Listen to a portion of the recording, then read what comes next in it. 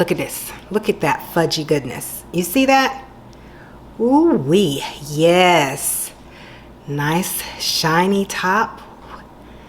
All that fudgy goodness. Yes, this is what you want. It's a great day for baking. Welcome to Can Do Baking. I'm your girl Samantha, and today we are going to be making a classic. We are going to be making the fudge brownie. So before we get started, there are a few things I need you to do. Go ahead and hit subscribe, like this video, and check out the ingredients list inside the description.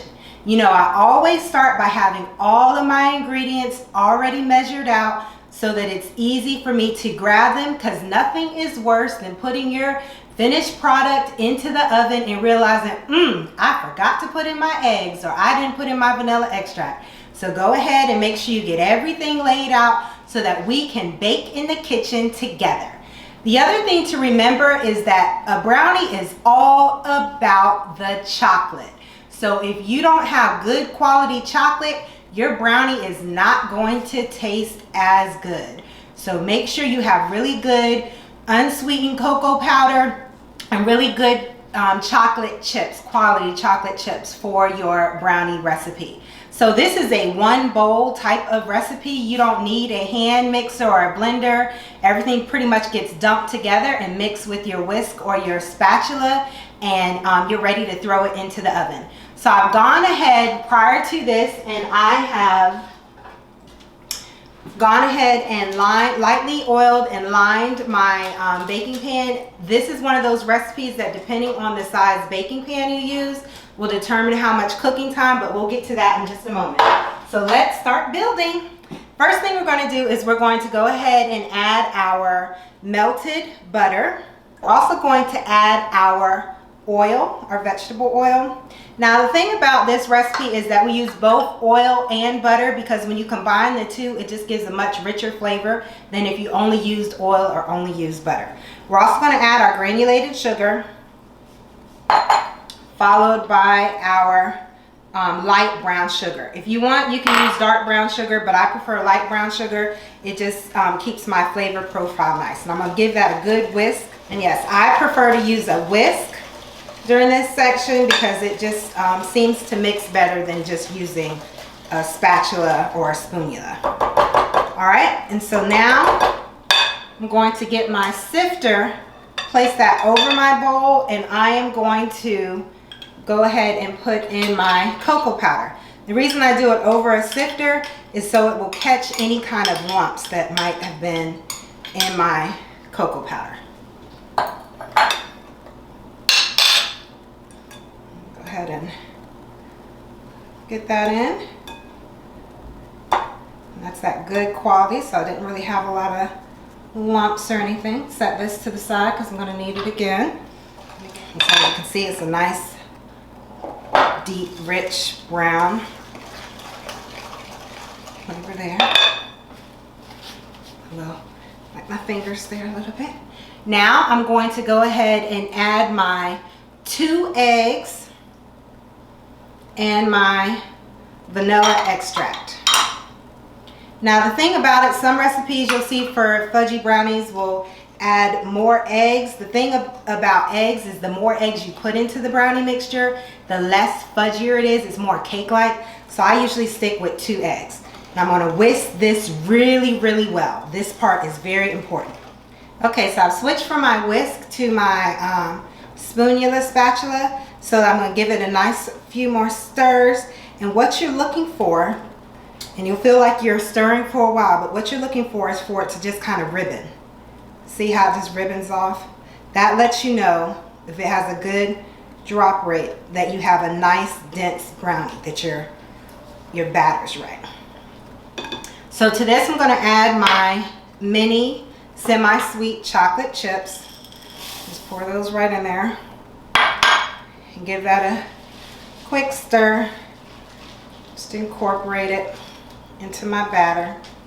All right, and so my last ingredient is my all-purpose flour. So I'm just going to sift this in gently with my sifter.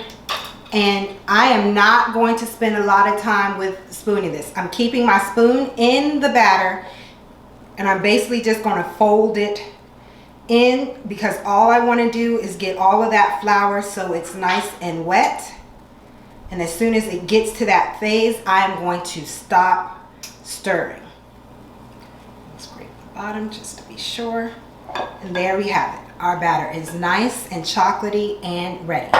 So now I'm going to go ahead and put this into my pan. All right, so I went ahead and I grabbed my my baking pan. Again, I am using a rectangular shape. Mine is metal, but it's a light metal because a darker metal also takes longer to cook, or sometimes it doesn't cook as evenly, and glass also takes longer to cook. So I've opted, because I like my brownies to be about 1 inch when they are all nice and finished, to be rectangular shape. If you do more of a square shape, they're going to be thicker. I'm just going to scoop this right into my pan. I'm using my spoonula spatula. I'm going to mix it around to spread it so it's nice and even for cooking purposes. All right, now it is ready to go ahead and pop into my oven, which I have preheated. I'm going to start mine with about 20 to 24 minutes, checking it. You will know it's ready when the brownie starts to pull away from the edges, as well as when you take a toothpick and stick it in, it comes out with crumbs, but not wet dough. All right, we'll be back in a moment. Okay, beautiful people, I just took my brownies out of the oven. It took exactly 20 minutes for mine to cook, and look at how nice that top looks. Nice and crinkly. It has had a chance to cool within its pan. If you could smell the scents that were coming in this kitchen, delicious. So I told you before, when you do your pan, that it was important to make sure your parchment paper kind of was up above your sides. It just makes it easier when you're pulling it out. So we're going to go ahead and take this out of its pan. I'm just grabbing 2 edges. I'm just going to lift it over onto my cutting board, and that way I can just easily fold down. And look at this beautifulness here that we have from our brownie, which makes it so much easier for cutting.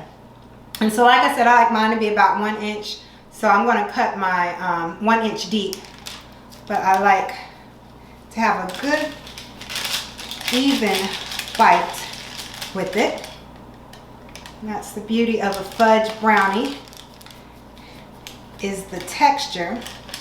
And do know that you can put whatever kind of chocolate that you want. I really love a semi-sweet chocolate. That's why I use semi-sweet chocolate chips.